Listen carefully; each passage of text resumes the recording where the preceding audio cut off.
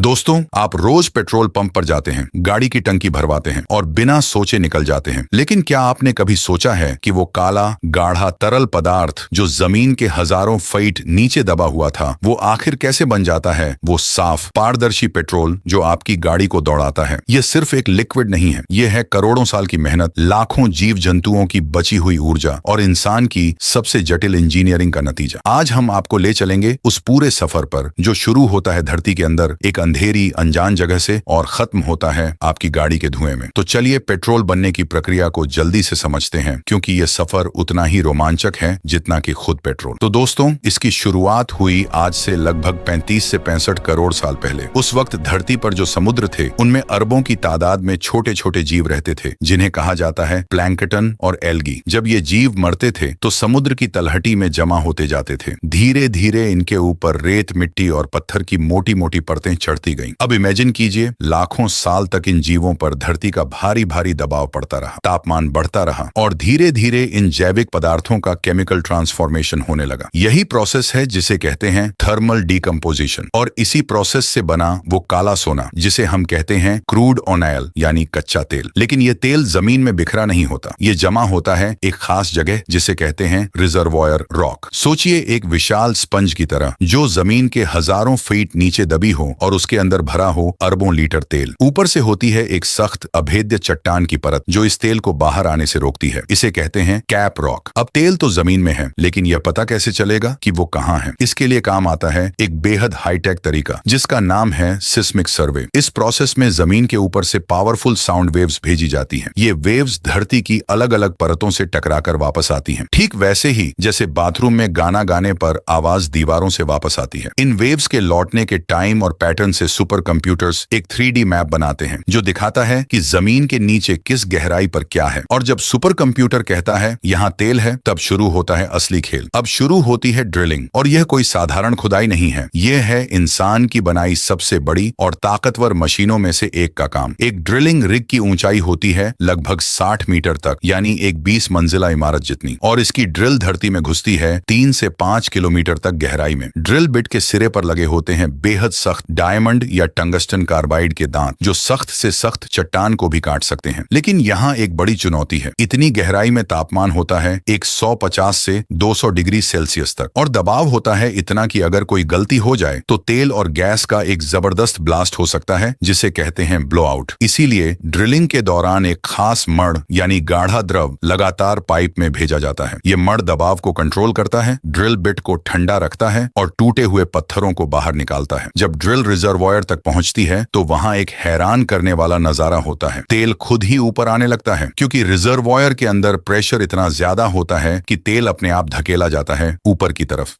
यही वो नजारा है जो आपने फिल्मों में देखा होगा, काले तेल का फव्वारा ऊपर उठता हुआ।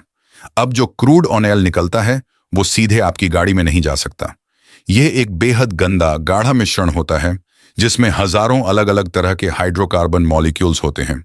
इसे साफ करने के लिए भेजा जाता है रिफाइनरी में। यह भारत की सबसे बड़ी रिफाइनरी है जामनगर में, जो रिलायंस की है, और यह दुनिया की सबसे बड़ी रिफाइनरी में से एक है। यहाँ एक दिन में लगभग 12 lakh barrel crude oil process होता है। रिफाइनरी में पहला काम होता है डिसाल्टिंग। क्रूड ऑयल के साथ आता है नमक और पानी जो पाइपों को खराब कर सकते हैं, तो सबसे पहले इन्हें अलग किया जाता है। इसके बाद शुरू होता है सबसे महत्वपूर्ण process, fractional distillation. Crude oil को एक विशाल फर्नेस में 350 से 400 डिग्री सेल्सियस तक गर्म किया जाता है। इस तापमान पर ज्यादातर तेल भाप बन जाता है। यह भाप भेजी जाती है एक ऊंचे टॉवर में जिसे कहते हैं डिस्टिलेशन कॉलम। इस टॉवर की ऊंचाई होती है 60 से 70 मीटर तक। अब इस टॉवर के अंदर होती है एक कमाल की फिजिक्स, जो मॉलिक्यूल्स जितने हल्के होते हैं वो उतना ऊपर उठते हैं, और जो भारी होते हैं वो नीचे ही रह जाते हैं। टॉवर के अलग अलग लेवल पर अलग अलग प्रोडक्ट्स निकलते हैं। सबसे ऊपर निकलती है LPG गैस, यानी वही गैस जो आपके घर के सिलेंडर में भरी होती है। उसके नीचे निकलता है पेट्रोल, फिर आता है केरोसिन और एविएशन फ्यूल जो हवाई जहाजों में इस्तेमाल होता है। उसके नीचे डीजल, और सबसे नीचे बचती है एक गाढ़ी काली चीज जिसे कहते हैं बिटुमेन। यही वो मटेरियल है जिससे सड़कें बनती हैं। लेकिन यहाँ एक बड़ी समस्या है, क्रूड ऑयल से जितना पेट्रोल सीधे निकलता है वो दुनिया की जरूरत पूरी करने के लिए काफी नहीं होता। तो क्या करें? इसके लिए इस्तेमाल होती है एक प्रोसेस जिसका नाम है कैटालिटिक क्रैकिंग। इसमें भारी हाइड्रोकार्बन मॉलिक्यूल्स को जो डीजल या हीवी ऑयल वाले हिस्से में जाते थे, उन्हें एक खास कैटलिस्ट की मदद से तोड़ा जाता है और वो टूटकर बन जाते हैं हल्के मॉलिक्यूल्स यानी पेट्रोल। इस तरह एक बैरल क्रूड ऑयल से करीब 45% पेट्रोल निकाला जा सकता है। इस प्रोसेस से रिफाइनरी की एफिशिएंसी इतनी ज्यादा हो जाती है कि कभी कभी इनपुट से ज्यादा आउटपुट मिलता है। अब पेट्रोल तो बन गया, लेकिन यह सीधे आपकी गाड़ी में नहीं जाएगा। पहले इसे पास करनी होती है एक कड़ी परीक्षा। सबसे जरूरी चीज होती है ऑक्टेन नंबर। यह एक रेटिंग है जो बताती है कि पेट्रोल इंजन में कितनी अच्छी तरह जलता है। अगर ऑक्टेन नंबर कम हो तो इंजन में एक खटखटाहट होती है जिसे कहते हैं नॉकिंग। यह इंजन को नुकसान पहुंचाती है। इसीलिए पेट्रोल में कुछ खास एडिटिव्स मिलाए जाते हैं जो इसका ऑक्टेन नंबर बढ़ाते हैं। साथ ही पेट्रोल में सल्फर की मात्रा भी कम करनी होती है। ज्यादा सल्फर होने से एयर पोल्यूशन होता है और कार के कैटालिटिक कन्वर्टर को नुकसान होता है। भारत में अभी BS6 स्टैंडर्ड लागू है जो यूरोप के बराबर है और इसमें सल्फर की मात्रा 10 ppm से ज्यादा नहीं होनी चाहिए। क्वालिटी पास करने के बाद पेट्रोल को भेजा जाता है स्टोरेज टैंक्स में। यहां से ये जाता है या तो पाइपलाइन के जरिए या फिर टैंकर ट्रक्स के जरिए पेट्रोल पंप तक। लेकिन पेट्रोल पंप के नीचे भी होते हैं बड़े बड़े अंडरग्राउंड टैंक्स। जब टैंकर आता है तो पेट्रोल इन टैंक्स में भरा जाता है और जब आप पंप पर जाते हैं तो एक हाई स्पीड पंप इसे जमीन से खींचकर आपकी गाड़ी की टंकी में भेजता है। दोस्तों, यहां एक बात और जाननी जरूरी है। जब आप 100 रुपए का पेट्रोल भरवाते हैं तो उसमें से सिर्फ 30 से 35 रुपये ही असल में पेट्रोल की कीमत होती है। बाकी जो पैसे हैं वो जाते हैं सरकार के टैक्स में, यानी एक्साइज ड्यूटी और वैट में।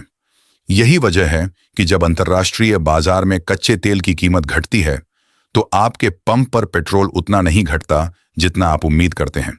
तो दोस्तों, अगली बार जब आप पेट्रोल पंप पर खड़े हों और गाड़ी की टंकी भरवाएं तो एक पल के लिए सोचिएगा उस काले गाढ़े तेल के बारे में जो करोड़ों साल पहले समुद्र की तलहटी में बनना शुरू हुआ था। उन हजारों इंजीनियरों के बारे में जो धरती के 5 किलोमीटर नीचे 200 डिग्री तापमान में काम करते हैं। उन विशाल रिफाइनरीज के बारे में जो हर पल हर सेकंड उस काले सोने को चमकते पेट्रोल में बदलती रहती हैं। यह पेट्रोल सिर्फ एक फ्यूल नहीं है, यह है करोड़ों साल की प्रकृति की मेहनत और इंसान की बुद्धिमत्ता का एक अद्भुत संगम। अगर यह वीडियो आपको पसंद आई हो तो लाइक जरूर करें और बताइए कमेंट में कि आप किस शहर से देख रहे हैं। अगली वीडियो में हम बात करेंगे एक और ऐसी चीज के बारे में जो आप रोज इस्तेमाल करते हैं, लेकिन जिसके पीछे छुपी है एक पूरी दुनिया। तब तक के लिए सब्सक्राइब करें और बेल आइकन दबाना बिल्कुल मत भूलिएगा।